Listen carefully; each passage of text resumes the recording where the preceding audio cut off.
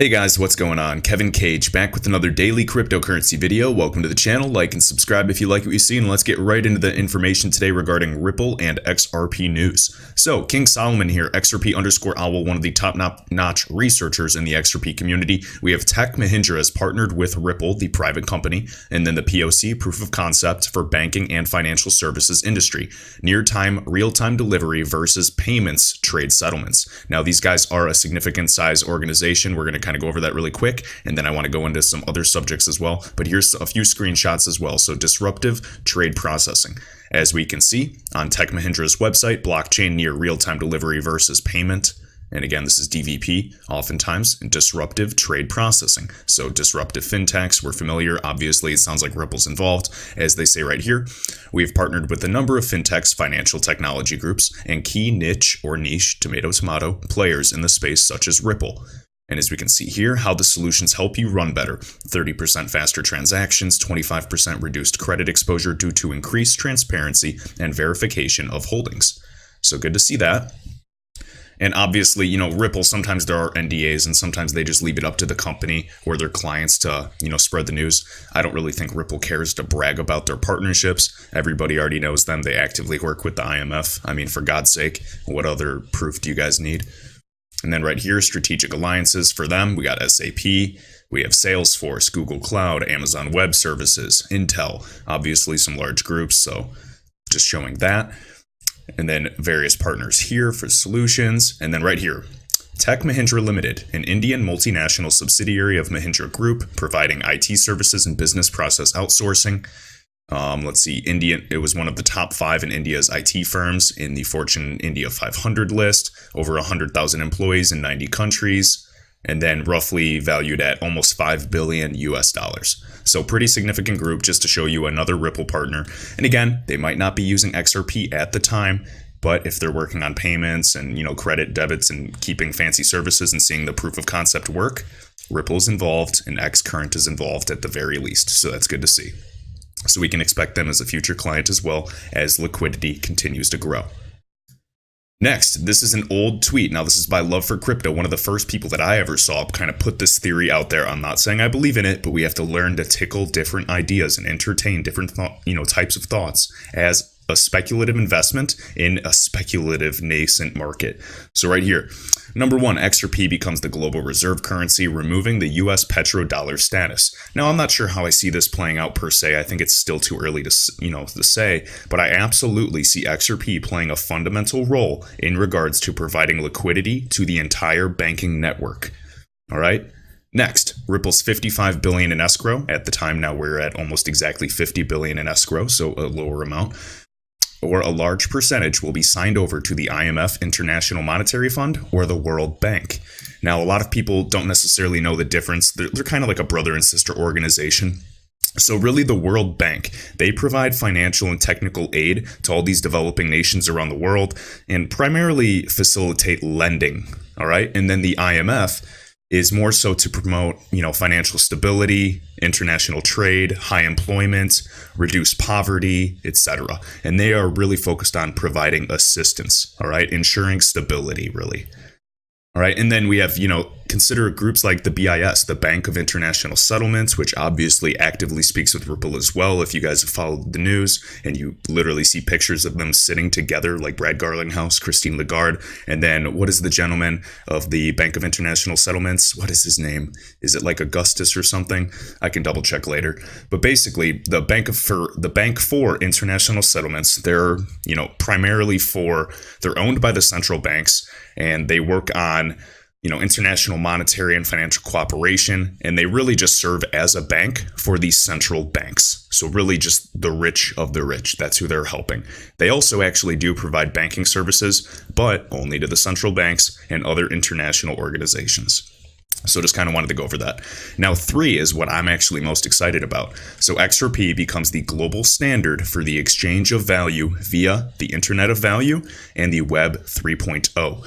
This is huge. If you guys have been even watching some of the older videos of Chris Larson dating back to 2013, 2015 at various conferences, talking about, the fruition of the Internet of Value, this is a no-brainer. Like, we are headed in that direction. Now, the W3C, They're actually, you can call them W3. That's what they're often called. It's the World Wide Web Consortium.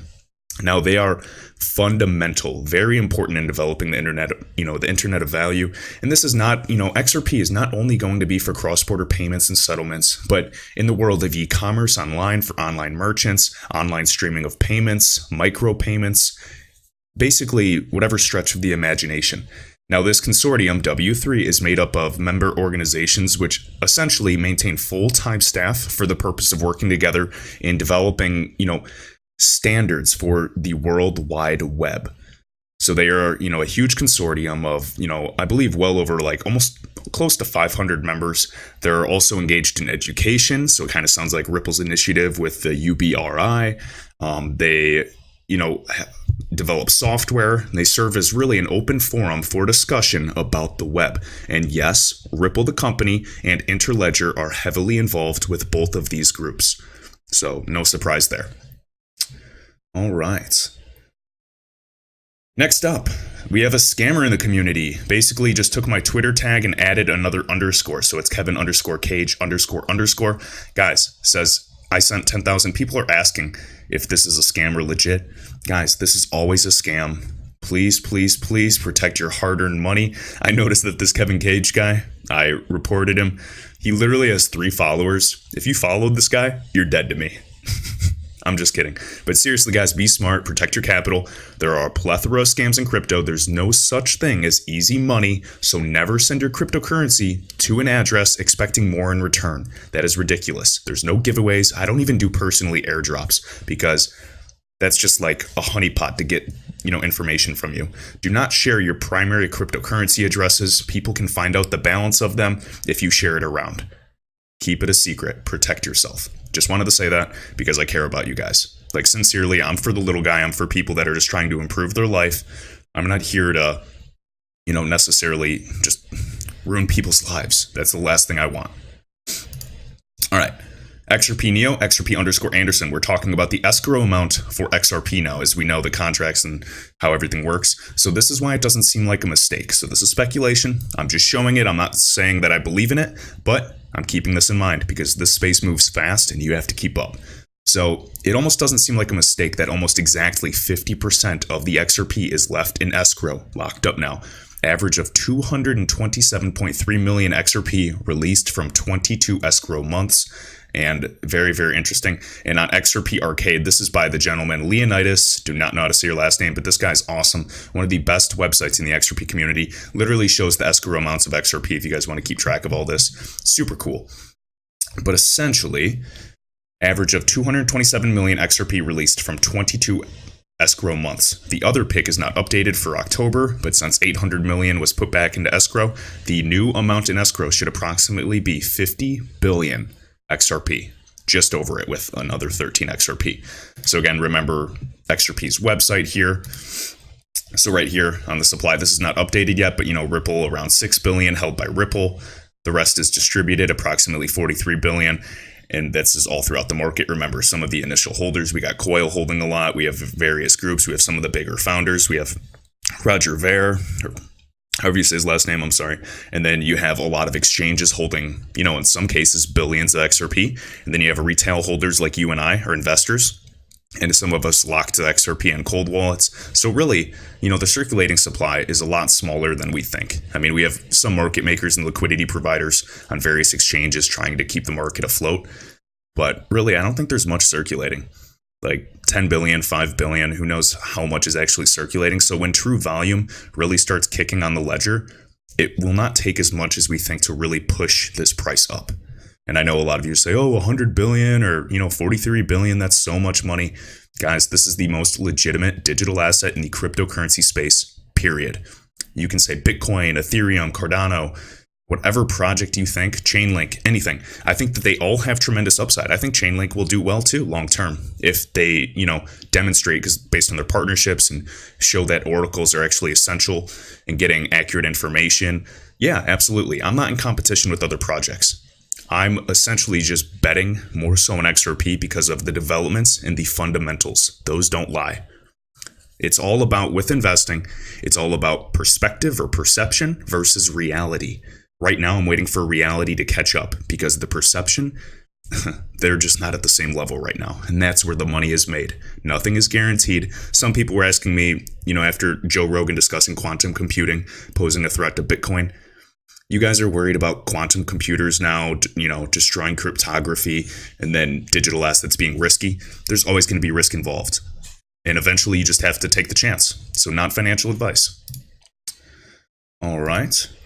And then let me see. I want to finish off with this. So we got my guy Greg Manarino, the Robin Hood of Wall Street, has a great YouTube, daily updates of markets, and basically has almost 100,000 subscribers. And he's actually talking, instead of just about the traditional markets, obviously, going into precious metals as a safe haven, he's also discussing cryptocurrency. But essentially, guys, this guy's a really sharp guy, and it's good to see XRP's leading the way. Obviously, some of you are going to be triggered that it's called a ripple on the chart. I personally don't care. I'm here to get a return on my investment. You can call it whatever you want. And for all of you newcomers that comment in every video telling me the difference between XRP, the digital asset, and Ripple, the private company, thanks so much. I had no idea. But guys, let me know your thoughts down below. We'll see if we're hovering around 27.5 cents. Do you guys think that we're going to go higher, get up to, 30 cents? Or do you think this is all just a bull trap and we're going to hit back to 25 cents for a little bit longer? And I will see you in the next video.